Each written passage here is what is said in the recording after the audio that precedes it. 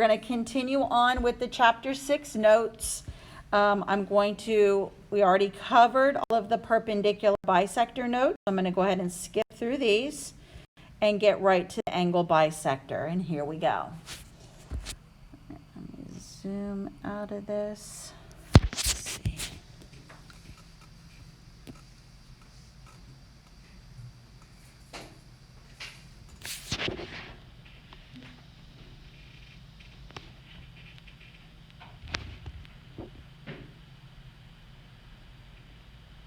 Okay.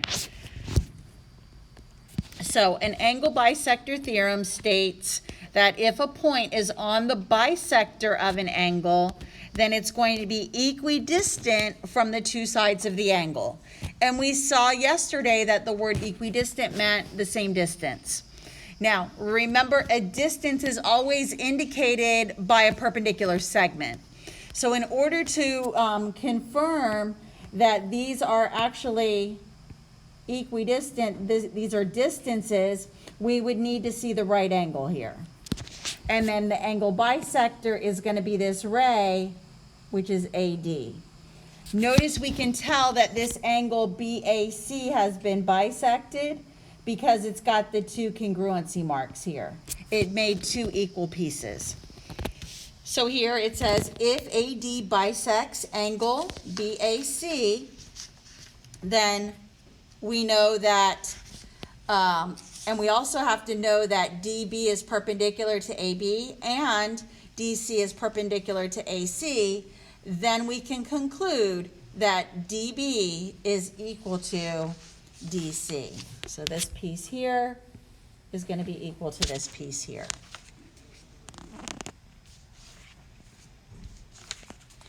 All right, so again, what you need to look for is it's got to be a perpendicular distance. So we need to look for right angles to indicate that the lines are perpendicular, because distance is always indicated by a right angle or perpendicular lines. Now we're going to see the converse of the angle bisector theorem. And again, remember we flipped the if and the then. So here, if a point is in the interior of an angle, so this could be point D, and that point D is equidistant from the sides of an angle, then we know it lies on the bisector of the angle. So again, point D is the interior point, so it's inside this angle BAC, and we can see that point D is equidistant from the sides of the angle. It's got the congruency marks, and it's got the right angle indicating it's a distance. Then we know that point D is on this angle bisector, which then we can conclude that these are congruent angles. So if DB is perpendicular to AB and DC is perpendicular to AC, and DB is equal to DC, then AD bisects angle BAC. So it's the perpendicular bisector. Now we're going to apply the angle bisector and its converse. So here it only wants me to find the value of x. So notice here I've got two congruent angles. So this tells me that it's been bisected. I also have a perpendicular distance here. So since this angle here has been bisected, I know that these are equidistant. So x equals 15. And this is an application using the angle bisector theorem.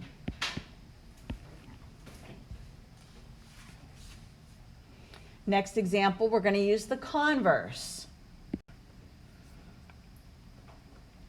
So notice this time, they gave me that the two segments to the sides of the angle are equidistant, and it's a distance because it's got the right angle. So this tells me that this angle here has been bisected, making these two angles congruent.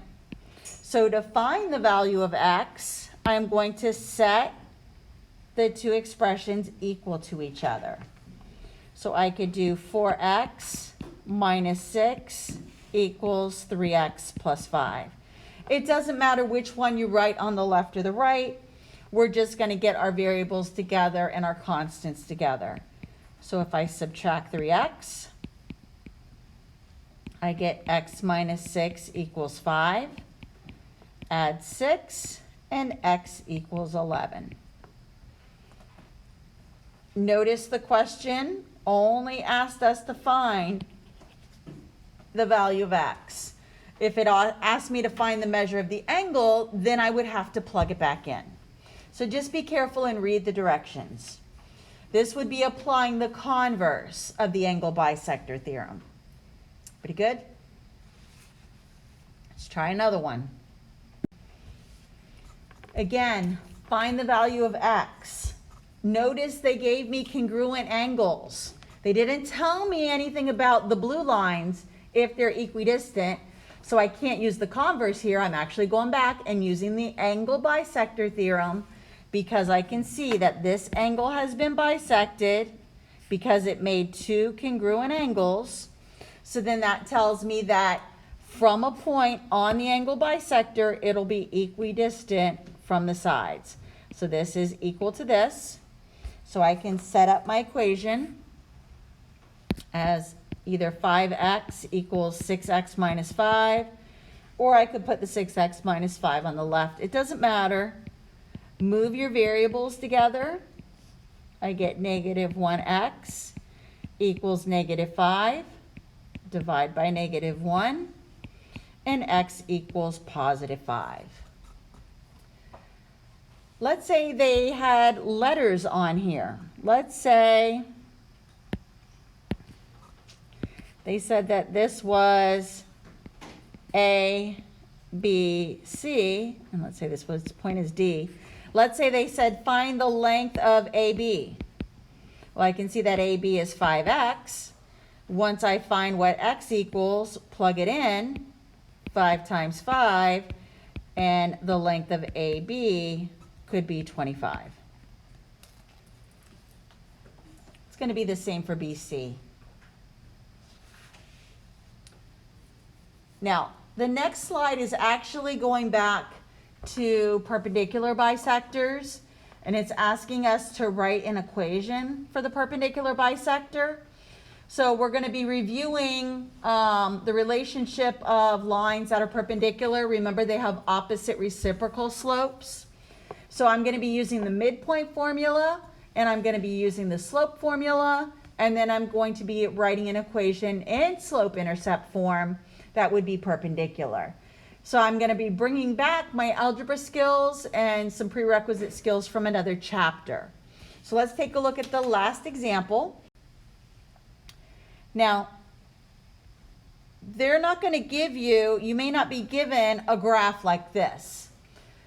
You're probably only going to be given the words where it says write an equation of the perpendicular bisector of the segment with endpoints P and Q.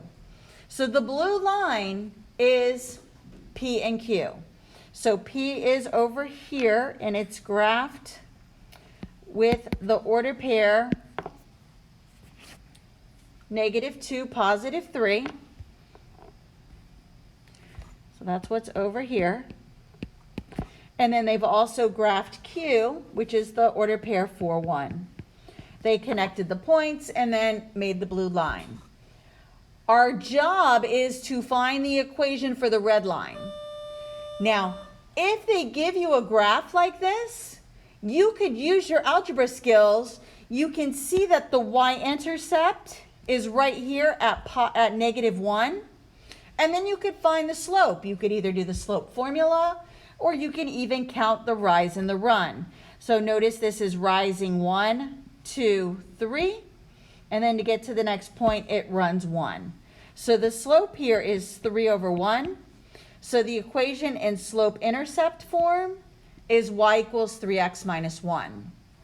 However, you're not going to be given this. You're going to have to figure out where to draw that red line. And I'm going to walk you through the steps on how to find it. So the first thing we're going to do, which we already did, step 1 is going to be to graph the line or the segment PQ. So let's say they didn't give us the graph, so we would graph the line segment PQ by graphing these two order pairs. And we did that, and it's the blue line. Now, we know that the definition of a perpendicular bisector, it's going to split that segment into two congruent parts. So this red line is hitting the blue line at its midpoint. So I need to find the midpoint of the blue line, or the blue segment. So step 2 is going to be find the midpoint, and we're going to call it M, of segment PQ. And my midpoint formula, remember we're going to take the x's, -2 plus 4, divide by 2, take the y's, 3 plus 1, divide by 2. We're going to simplify this, and we get 2 over 2 and 4 over 2. So the midpoint, or point M, is going to be the order pair 1, 2. And notice they graphed it for us, and right here is midpoint. Next, I need to find the slope of PQ. I simplified 2 divided by 2 and 4 divided by 2. I divided. Okay, next I'm going to find the slope of PQ, because remember, the slope of a line that's perpendicular to another one is the opposite reciprocal. So I'm going to do the slope formula. Remember, it's y2 minus y1 over x2 minus x1. So I'm using those original order pairs they gave me. And I'm going to subtract. So 1 minus 3 over 4 minus -2. -2 over 6. And the slope of the blue line is going to be -1/3. Because I'm looking for the slope of a line that's perpendicular, I'm going to turn this into the opposite reciprocal. So it's going to turn into +3 over 1, or just +3. This is going to be the slope of the line that I'm using.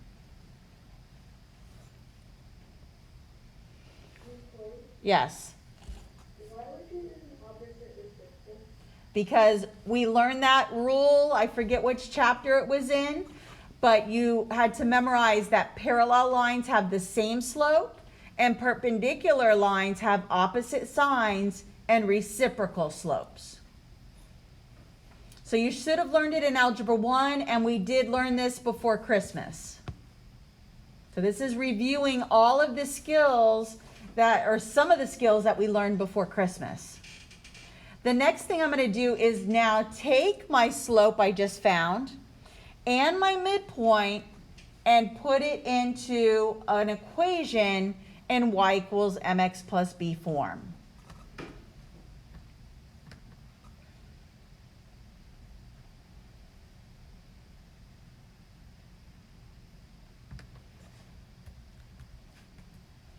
Okay, so step 4 is to write an equation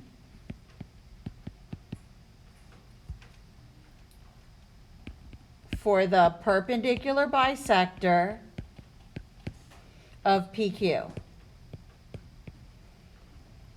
So we know that the slope we're using is +3, and it needs to pass through the midpoint. So it's passing through M, which was 1, 2, which we calculated.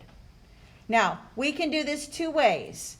We can either use just y equals mx plus b, solve for b, then plug it back in, or we can use the point slope form of the equation. So let's say we just use y equals mx plus b.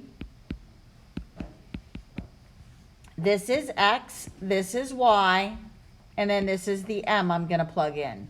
I'm solving for b. So 2 equals 3 times 1 plus b. 2 equals 3 plus b. Subtract 3. And my y-intercept, or my b, is -1. Now I go back to this. And now I'm going to replace the m, and I'm going to replace the b. So y equals 3x minus 1. Final answer. I'm sorry?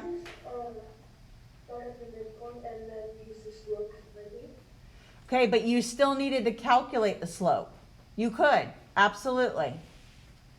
But after you calculate the slope, what I mean is that you start at the midpoint, and then you go up and down and find the line you set on the graph. You could, absolutely. Yep. So if you have a graph, so what she's saying is, can she just plot the midpoint and then move the slope from it to get to the y-intercept? Absolutely. So we could just go 1, 2, 3, and 1, and we could get the slope that way and use the slope to get to the y-intercept. Absolutely. Now, another way you can do it is to use point slope. So it doesn't matter how you come up with your equation. So if you just want to use the slope and the midpoint and count the rise and the run, absolutely.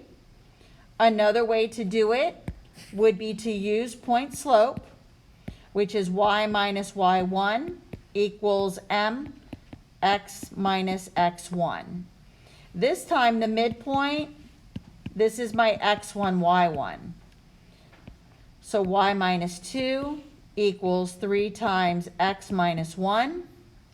Distribute and move the 2.